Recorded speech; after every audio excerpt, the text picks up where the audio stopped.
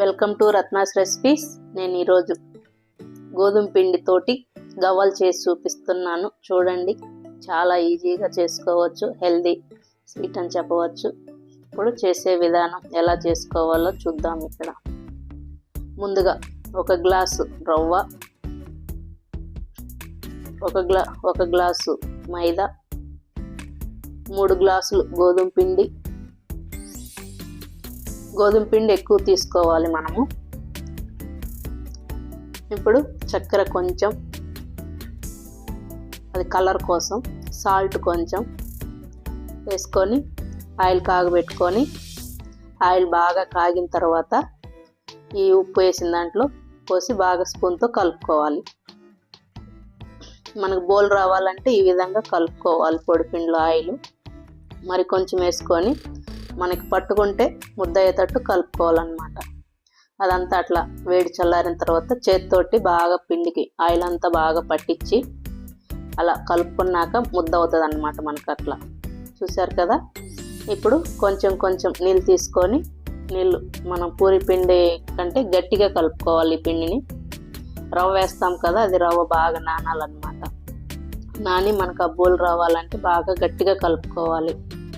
అట్లా కలుపుకొని ఒక కవర్లో అట్లా చూపించిన విధంగా చూసారు కదా, పూరి పిండి కంటే కొంచెం గట్టిగా.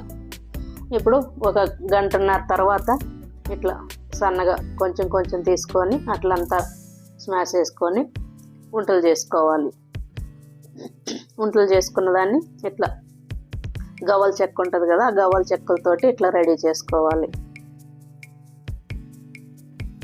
అట్లా చేసుకొని మన దగ్గర ఆయిల్ అవి చేసుకునే లోపు ఆయిల్ వేడి పెట్టుకోవాలి. ఆయిల్ వేడి అయ్యే లోపు ఇట్లా గవ్వలన్నీ ఇట్లా రెడీ చేసుకోవచ్చు. ఇప్పుడు ఫోర్క్ తోటి చేసుకోవచ్చు, కొత్త దువ్వెనతో చేసుకోవచ్చు. ఇదే విధంగా ఇప్పుడు ఆయిల్ వేడి అయ్యాక సిమ్లో పెట్టుకొని ఇవన్నీ ఫ్రై చేసుకోవాలి. సిమ్లో మాత్రమే ఉడికించుకోవాలి.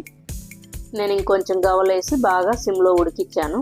ఉడికిన తర్వాత మనకు అన్ని కలర్ అట్లా వస్తాయి. కలర్ వచ్చిన వాటిని ఇట్లా ఆయిల్ గెంట్ దేవుకొని ఆయిల్ అంతా పోయేటట్టు పెట్టుకోవాలి. ఇప్పుడు చల్లారిన తర్వాత మనకు గవ్వ ఇట్లా తుంచితే ఈ విధంగా తునుగుతుంది అనమాట. చూసారు కదా, ఎంత ఊరికే అట్లా బోల్ ఎట్లా వస్తుంది. మనం ఆయిల్ పిండిలో వేయడం వల్ల ఇట్లా వస్తుంది అనమాట. ఇప్పుడు బెల్లాన్ని కూడా అట్లే దంచి కరిగించుకోవాలి. అది మిస్ అయింది, వీడియో తీయలేదు. ఆ నలకలంతా అట్లా తీసి పక్కన పెట్టేసుకొని బాగా పాకం వచ్చేటట్టు కలుపుకోవాలి. అట్లా ఉడకబెట్టినప్పుడు ఇలాచి వేసుకోవాలి. ఇలాచి వేసుకొని బాగా కలుపుకొని మనకు నూరగా అనుగేటప్పుడు మనం పట్టుకుంటే అట్లా తీగ పాకం అన్నమాట. తీగ తెగకూడదు మనకి. తీగ తెగితే ఆ పాకం అనేది గవ్వలకు పట్టుకోదు అనమాట.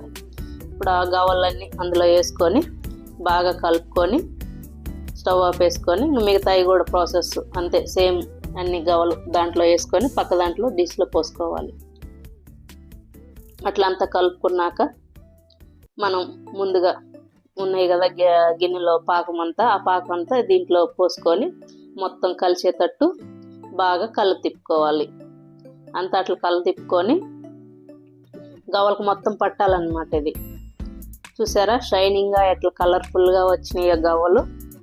ఆ పాకు వల్ల, పాకు పట్టే విధానం వల్ల అన్నీ అట్లా 2 విధాలుగా కలుపుకొని పాకం అంతా బాగా పట్టించుకున్నాక చల్లారిన తర్వాత డబ్బాకి ఎత్తి పెట్టుకుంటే 1 మంత్ ఉన్నా కానీ పాడవు. టేస్ట్ అదే టేస్ట్ వస్తుంది. ట్రై చేసి సంక్రాంతికి ఎలా వచ్చిందో కామెంట్లో చెప్పండి. లైక్ చేయండి, షేర్ చేయండి, సబ్స్క్రైబ్ చేసుకోండి. మరో సంక్రాంతి వంటతో మీ ముందు ఉంటా. బాయ్.